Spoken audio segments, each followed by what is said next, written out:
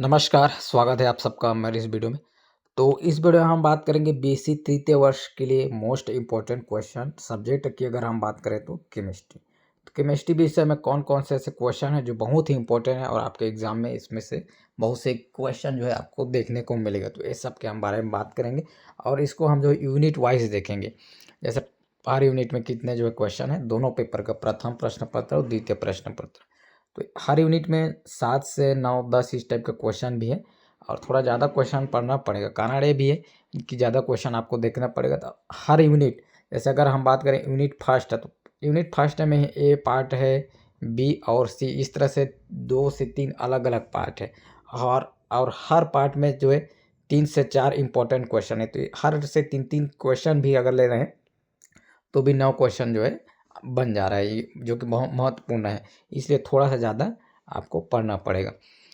तो और ये जो इस वीडियो में जो हम देखेंगे वो जो न्यू कोर्स है, जो न्यू कोर्स हैं जिनका केमिस्ट्री पेपर 2 होगा, 2 पेपर होगा, उनका ये है। जो ओल्ड कोर्स वाले हैं, जो जिनका केमिस्ट्री पेपर जो है 3 होगा, जो जैसे सेकंड ईयर में भी जिनका केमिस्ट्री 3 हुआ था, वो जो है चैनल में जाएँगे और चैनल में जाकर प्लेलिस्ट में जाएँगे। प्लेलिस्ट में जाएँगे और प्लेलिस्ट में जाने के बाद वहाँ पर मोस्ट इम्पोर्टेंट क्वेश्चन करके एक प्लेलिस्ट बना हुआ है, वहाँ पर आपको मिल जाएगा और थंबनेल किस तरह से रहेगा उसको भी मैं जो है आपको बता देता हूँ। तो इस तरह से उसका थंबनेल है और इसमें तीनों पेपर के लिए इम्पोर्टेंट क्वेश्चन यूनिट वाइज़ है, तो इसको आप ज़रूर देख लें। और साथ ही साथ इसमें इस चैनल में आपको पिछले साल का जो क्वेश्चन पेपर है, प्रीवियस ईयर क्वेश्चन पेपर, वो भी मिल जाएगा। तो चैनल में विज़िट करेंगे तो वीडियो मिल जाएगा। इस वीडियो के 4-5 पहले वाला वीडियो है जो है प्रीवियस ईयर क्वेश्चन पेपर का है, तो उसको भी आप जो है ज़रूर देख लें, वो भी इम्पोर्टेंट है दोनों के लिए, न्यू के लिए और ओल्ड के लिए। हालाँकि वो ओल्ड क्वेश्चन पेपर जिसका 3 पेपर हुआ था वो वाला क्वेश्चन पेपर है, लेकिन उसी से जो है उसी सिलेबस से जो है 2 पेपर बनाया गया है, ज़्यादा चेंज नहीं हुआ है, तो उसको जो है आप ज़रूर देख लें। बहुत इम्पोर्टेंट है प्रीवियस ईयर क्वेश्चन पिछले साल का। तो ये दोनों को अगर आप देख लेते हैं, इस इम्पोर्टेंट क्वेश्चन जो वीडियो है और वो प्रीवियस ईयर क्वेश्चन पेपर का वीडियो, तो आपके लिए जो है काफ़ी फ़ायदेमंद रहेगा। तो चलिए वीडियो करते हैं शुरू। और इससे संबंधित कोई भी आपका सवाल हो तो आप इंस्टाग्राम में ज़रूर फॉलो कर लें, वहाँ पर आप जो है प्रश्न पूछ सकते हैं, जो क्वेश्चन है इससे संबंधित या स्टडी संबंधित कोई भी प्रकार के। तो अब इंस्टाग्राम में फॉलो कैसे करना है, तो चैनल में विजिट करेंगे तो उसका लिंक मिल जाएगा, इंस्टाग्राम लिंक, उसके माध्यम से ज़रूर फॉलो कर लें। चलिए वीडियो करते हैं शुरू। तो सबसे पहले हम प्रथम प्रश्न पत्र को देखते हैं, जिसके अंतर्गत पहला यूनिट की अगर बात करें, जिसमें से मोस्ट इम्पोर्टेंट क्वेश्चन बन रहा है, तो क्रिस्टल क्षेत्र सिद्धांत के आधार पर अष्टफल के संकुल एवं चतुष्फल के संकुल में डी कक्षा विपाटन को समझाइए। तो कभी कभी एक ही को पूछ देता है अष्टफल के, कभी कभी दोनों को, तो ये जो है दोनों इम्पोर्टेंट है, जो कि बहुत इंपॉर्टेंट है इसमें से अगर आप बात करें इस यूनिट से। और अगला हम बात करें, जॉन टेलर विकृति क्या है समझाइए। अगर अगला क्वेश्चन की बात करें, धातु संकुलित ऊष्मागति की अवधारणा क्या है, ऊष्मागति की स्थायित्व को प्रभावित करने वाले कारकों का वर्णन कीजिए। अगला प्रश्न जो है, क्रिस्टल क्षेत्र विपाटन ऊर्जा से आप क्या समझते हैं, इसको प्रभावित करने वाले कारकों को स्पष्ट कीजिए। अगला जो है, क्रिस्टल क्षेत्र सिद्धांत क्या है, इसके आधार पर संकुल के रंगीन एवं चुंबकीय गुण को समझाइए। किलेट प्रभाव क्या है। और उसके बाद 7वां जो क्वेश्चन है, आणविक कक्षा सिद्धांत के आधार पर संकुल निर्माण की प्रक्रिया उचित उदाहरण सहित समझाइए। तो इस तरह से जो है 7 इंपॉर्टेंट क्वेश्चन है, जो कि इस यूनिट में जो है आपको दिख रहे हैं। और साथ ही साथ छोटा वाला जो क्वेश्चन है, जो 1 नंबर आने लायक है, उसको भी अपने जो जिससे भी आप स्टडी कर रहे हैं, पढ़ रहे हैं, जैसे परीक्षा सारी बुक से, तो उसको भी थोड़ा आप ज़रूर देख लें, क्यों 1 नंबर का भी क्वेश्चन इसमें से आएगा। कारण ये भी है कि इस बार जो है 50 नंबर 50-50 नंबर का 2 पेपर होगा न्यू वालों के लिए। तो इस हर यूनिट से 9-9 नंबर का आएगा, 3 यूनिट से तो 9, इस तरह से, और कुछ है जिसमें से 8-8 नंबर का आएगा। तो हर यूनिट में नंबर ज़्यादा है, 9 नंबर हर यूनिट में डिवाइड हो रहा है, कुछ यूनिट जिसमें 8 भी हो गए, 50 होना है तो, क्योंकि 6 यूनिट है तो 9 में सभी का 9 करेंगे तो 54 हो जाएगा। तो इसलिए जो है ज़्यादा क्वेश्चन भी आएगा, क्योंकि 9 नंबर लाना है तो एक ही क्वेश्चन पूरा 9 नंबर का नहीं देगा, आपको 4-4 नंबर का 2 क्वेश्चन दे सकता है और उसके बाद 1 नंबर का जो है 1 क्वेश्चन, तो इस तरह से 9 नंबर हो गए। तो इसलिए बोल रहा हूँ कि 1 नंबर वाला क्वेश्चन भी जो है ज़रूर देखें। तो चलिए अब अगला हम देखते हैं यूनिट सेकेंड। यूनिट सेकंड में चुंबक के व्यवहार से क्या समझते हैं, चुंबक के व्यवहार के विभिन्न प्रकार को समझाइए, चुंबक के सुग्राहित मापन गास विधि का वर्णन कीजिए, बहुत इंपॉर्टेंट क्वेश्चन है। उसके बाद निम्न पर टिप्पणी लिखिए, क्यूरी-विश नियम, एलएस युग्मन, चक्रण वर नियम, डीडी संक्रमण। ये जो है अच्छा क्वेश्चन है, आपको 2-2 नंबर में भी ये जो है देखने को मिल सकता है। और उसके बाद अगला हम बात करें केवल चक्रण सूत्र क्या है, इसकी भी उत्पत्ति कीजिए तथा इसका उपयोग बताइए। इलेक्ट्रॉनिक संक्रमण किसे कहते हैं, विभिन्न प्रकार के इलेक्ट्रॉनिक संक्रमण को समझाइए। ये बहुत इंपॉर्टेंट क्वेश्चन है, कारण ये भी है कि ये 3 से 4 यूनिट में है यही क्वेश्चन, इलेक्ट्रॉनिक संक्रमण। आपका प्रथम पेपर जो है उसमें इस दूसरा यूनिट में है और सेकंड पेपर में अगर बात करें तो उसमें भी जो है आपको चौथा और छठवां ऐसे कुछ है, जिसमें से 2 यूनिट में आपको देखने को मिल गए, अर्थात 3 यूनिट में है अगर दोनों पेपर को मिला जाएगा। तो 3 यूनिट में जो है एक न एक पेपर में आना जो है ये जो है जरूर आएगा, आना निश्चित है कहीं। उसके बाद अगला हम बात करें, अगला क्वेश्चन छठवां, D1 एवं D9 अवस्थाओं के लिए आर्गल ऊर्जा चित्र बनाइए। ये बहुत ज़्यादा बार जो है प्रश्न जो है पूछा जाता है, इसको तो बिल्कुल नहीं छोड़ना है। हालांकि इसमें जितना दिया गया है वो सबको पढ़ना ही है। तो इस तरह से सेकेंड यूनिट की बात करें तो अच्छा जो है मोस्ट इंपॉर्टेंट क्वेश्चन बन रहा है। और प्रीवियस ईयर क्वेश्चन पेपर जिसकी बात करें तो उसको आप एक बार जरूर देखें, उसमें छोटा क्वेश्चन किस तरह के आ रहा है वो आपको बिल्कुल क्लियर हो जाएगा। तो उसको भी आप एक बार देख लें, जो छोटा छोटा क्वेश्चन है 1-1 नंबर का। उसके बाद हम अगला बात करें यूनिट थर्ड है कि जिगलर नाटा उत्प्रेरक क्या है, इसके बनाने की विधि, गुण एवं क्रिया विधि को समझाइए। धातु कार्बोनिल के बंधन प्रकृति को समझाइए। और अब अगला हम बात करें, निम्न पर टिप्पणी लिखिए, जिसे लवण, विल्किंसन उत्प्रेरक, एलिथिनिक धातु संकुल, एथिलीनिक धातु संकुल है, 18 इलेक्ट्रॉन नियम। ये जो 18 इलेक्ट्रॉन नियम जो है बहुत इंपॉर्टेंट है, तो इसको भी और अच्छे से देखना है। अगला हम बात करें प्रश्न चौथा की, एक नाभिकीय, द्विनाभिकीय, बहुनाभिकीय धातु कार्बोनिल से क्या तात्पर्य है, EAN नियम क्या है, उदाहरण सहित समझाइए। तो इसमें से उदाहरण सहित समझाना है और कभी कभी उदाहरण को पूछ देता है, इसका EAN नंबर निकालिए करके। अगला हम बात करें कार्य व धात्विक यौगिक का वर्गीकरण कीजिए। तो इस तरह से जो है 6 इंपॉर्टेंट क्वेश्चन इस यूनिट से बन रहे हैं, जिसको एक बार पुनः आप देख पाएंगे। अगला हम बात करें यूनिट चौथा की, तो सोडियम तथा पोटेशियम पंप के जैविकीय योगदान का वर्णन कीजिए। हीमोग्लोबिन की जैविक क्रिया का वर्णन कीजिए, यूनिट प्रश्न सेकेंड यूनिट से। उसके पश्चात अगला हम बात करें प्रश्न थर्ड है कि जैविक प्रक्रियाओं में आवश्यक तत्वों का वर्णन कीजिए और निम्न पर टिप्पणी लिखिए। Haem protein, chlorophyll, myoglobin, nitrogen स्थिरीकरण, ये जो है क्वेश्चन है जो आपको देखने को मिलेगा। उसके बाद अगला हम बात करें मैग्नीशियम आयन, कैल्शियम आयन की जैविक भूमिका की विवेचना कीजिए। पृथ्वी पर पाए जाने वाले कुछ विषैले तत्वों को नाम लिखिए और इनकी विषाक्तता को समझाइए। सिलिकॉन्स क्या होते हैं, सिलिकॉन्स की प्रमुख विशेषताओं का वर्णन कीजिए।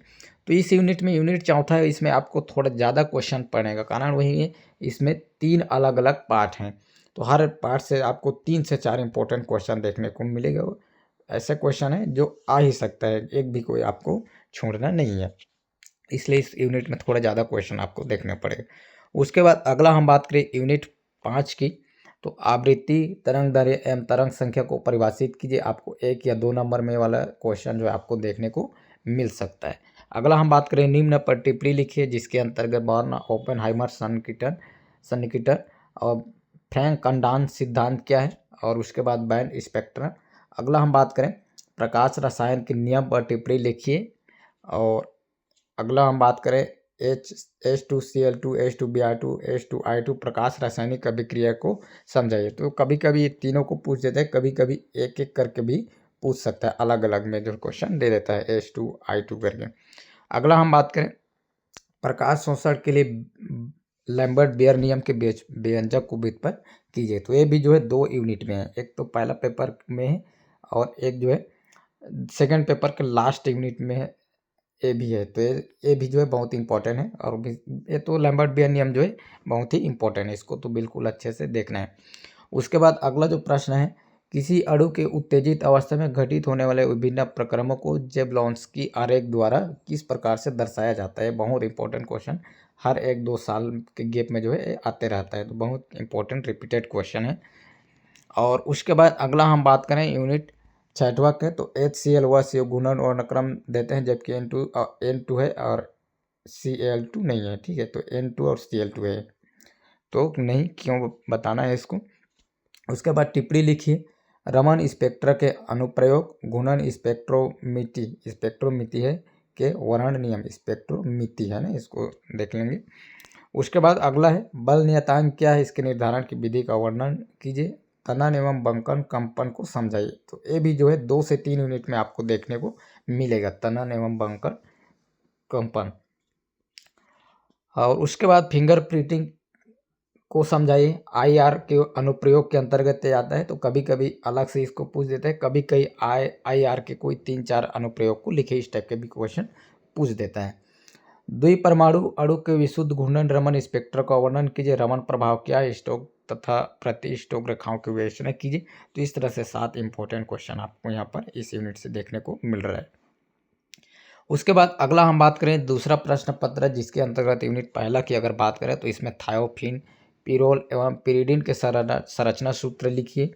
थायोफिन की विभिन्न अनुनादी संरचनाओं की व्याख्या कीजिए। पिरोल के अम्लीय स्वभाव एवं संश्लेषण की विधि को समझाइए। थायोफिन की संरचना एवं संश्लेषण विधि को समझाइए।